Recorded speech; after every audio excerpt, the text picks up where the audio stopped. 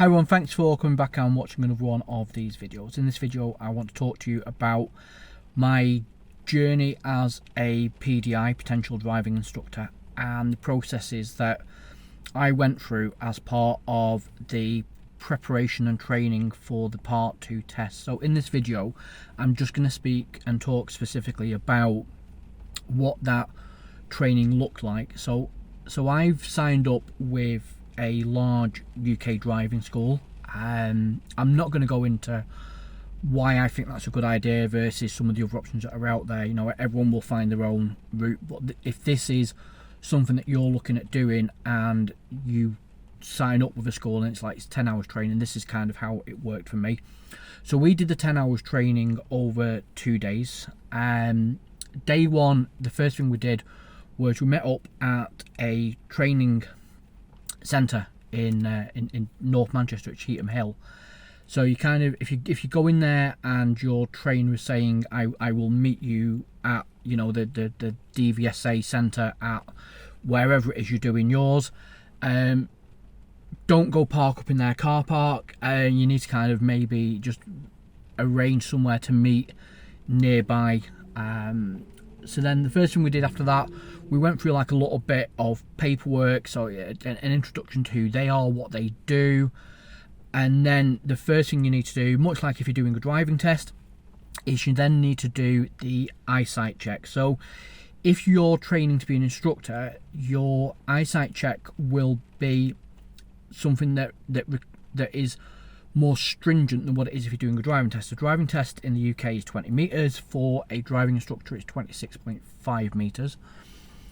If you are a person that you're kind of thinking, I could probably do with getting some glasses, or I'm due an eye test or whatever, just keep that in mind. You know, there's quite a bit of difference between reading a registration plate at 20 metres compared to reading it at 26.5. If you don't get that right, you can't proceed with your training. So just make sure, you know, your eyesight is where it should be. The reason for that is you've got to be able to see that bit further ahead than what you would if you were a pupil or just a driver in your own vehicle.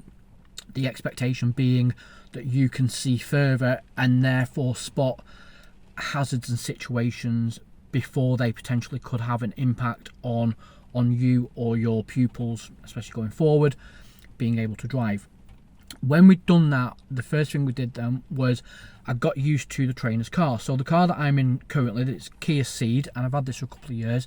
This is an automatic, so it freaked me out a little bit learning to drive a manual. Thankfully, a friend of my wife was good enough to lend me use of her car for a few weeks just while I got used to using a clutch and gears, and I was driving a nearly new 22 plate Volkswagen T-Roc, so there's kind of like a little bit of apprehension there that it's got this nice motor, and I've not driven a manual car for a few years. So if you drive an automatic and you're a bit apprehensive about driving manual again, as I was, it might be worth seeing, could you just borrow someone's car, could you hire a car for a weekend, that sort of thing, just to get yourself back to feeling comfortable, which worked for me. So we did a little bit of a drive around, you know, just kind of get used to the vehicle. And then after doing that for about 15 minutes, so it's like,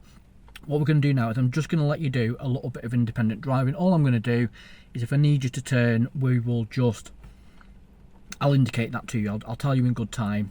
And then from that point on, we went on to do what's called an assessment drive. So this is where on the first day of the training, I was out with my trainer, and they were like, they will just watch how you're driving. So yes, I was nervous, yes I was apprehensive, yes I was a bit panicky about driving someone else's car, yeah, an expensive motor, and you know, so there was kind of like a few little things here and there that when I'm turning and, you know, going from a junction and stuff like that, I'm like, I need to kind of get from first to second gear, second to third, and he's like, Chris, don't be doing that, just clear the junction first, get yourself on the road ahead, and then worry about changing gear. So when we did the assessment drive, it kind of just, for me, it brought home what I was good at in driving, and where there needs to be some sort of improvement made. And it's not, if your trainer does that with you and you get that sheet and there's some 1s and 2s on there, which is poor or areas for improvement, don't take it as a criticism, but you've got to look at it and see that for a part 2 test, to be able to pass the part 2 test, you've got to be spot on with your driving, really, because ultimately that is a point that when you go out with an examiner, that examiner is basically saying we trust you sufficiently that your driving capabilities are of such a standard that you would be able to train other people in the way in which you drive. So that's kind of why, if you kind of get that first assessment sheet back and you go, I've given you a 1 on that and I've given you a 2 on that, don't be upset and offended by it. It's just, here's where you do well, here's some areas where you can look to improve, and this is what we're going to work on. So we did that for about 20 minutes. It's very, very similar to a mock test. So we did some independent driving, we drove using a sat nav, we drove under instruction, and the manoeuvre was a reverse bay park, which I completely and utterly screwed up. I got the car in the lines, but it took a few attempts, but I did it. So yeah, that's kind of like what we did on day 1, and then we kind of went through what areas do we need to focus on, and then over the course of day 1 we could just sort of start to then see what I was doing well and where we needed to spend some time together to get that from being okay up to very good, up to test standard. This then takes us into day 2, and day 2 was again a lot of driving and just looking to see that what had been identified on day 1 as areas for improvement, by the end of day 2 had been improved upon and brought up to a standard that would be acceptable as a part 2 test, to pass a part 2 test. Because ultimately, you've got to bear in mind, on a driving test you're allowed 15 faults. On a part 2 test we get 6. It's not a great deal of room for making errors, and I feel like I would have been gutted if I'd made a couple of simple mistakes and those simple mistakes had cost me. So at that point I'm like, I kind of really need to listen and pay attention here and just focus on what I'm being told. And then what we also did then on the second day was we went through all the different manoeuvres that can be asked. So we did the emergency stop, we did pull up on the right hand side of the road and reverse 2 car lengths, we did parallel parking, we did forward bay parking, we did reverse bay parking. So all the things that you could potentially be asked to do on a part 2 driving test, we covered them pretty much on day 2.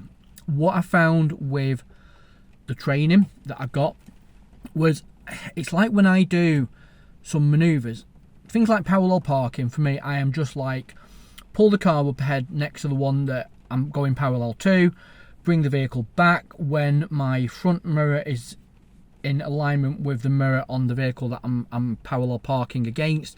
At that point then I apply the 1-2-1 method. What I was being trained in was you kind of need to have some markers on your door and stuff like that, or have a look for some, find some parts of your vehicle that that when that disappears from there, or when that's in alignment with that here is a method that will always work no matter what vehicle you parallel parking against. Hand on heart, I found that a bit more complex than it needed to be, and having practiced in my own vehicle, which is something that I will talk about when I talk about the part 2 test, I found that the methods that work for me is what I need to be doing when it comes to the test. Because if I'm it's not a case of overcomplicating it, but if what I've got means in my own vehicle, I can parallel park to a standard that is not going to be marked against when I do a test. If what I do in my own vehicle means I can bay park or reverse park and not score a fault on that test, that's what I'm going to do. So it's good to have a method, but I just think, having practiced in my own vehicle now on the run up to doing the Part 2 test, that if what I do works for me and it gets me over that line, then that's what I'm going to do just to get through that test. And thankfully, as you'll see in the next video that I make, that was something that helped me to get through that test. So 10 hours of training, like I say, split down over 2 days. We did 10:30 till 3:30 one day and 11:30 till 4:30 the next day. We did have one little break in there, just, you know, stopped off and went off for a coffee and stuff like that, and a bit of a recap. And then about another 30 minutes or so at the end of day 2, just to make sure we are up to speed and you understand what the next steps are and have you got your test booked and all the rest of it. So really, really useful. I found that with that training I got a lot from it, and it was interesting to see that, yes, I'm a safe driver, but if I put in for that Part 2 test without doing that training, would I have passed it? Probably not.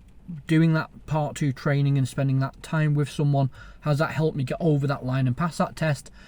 Yes, it has. So that was what worked for me. Very, very useful, incredibly knowledgeable and helpful trainer who spent a lot of time as an instructor and also as a trainer of PDIs themselves as well. So like I said, I hope you find this video useful. If you've got your Part 2 test on the horizon, if you've got some training booked in and you are working with like a larger school and it is going to be 10 hours of training and it's kind of broken down the way in which we did it, then hopefully this kind of gives you a bit of an insight as to what those couple of days look like. And if you have got any tests or anything coming up now going forward, I just want to take this opportunity to wish each and every one of you the absolute best of luck, and thanks for watching this video.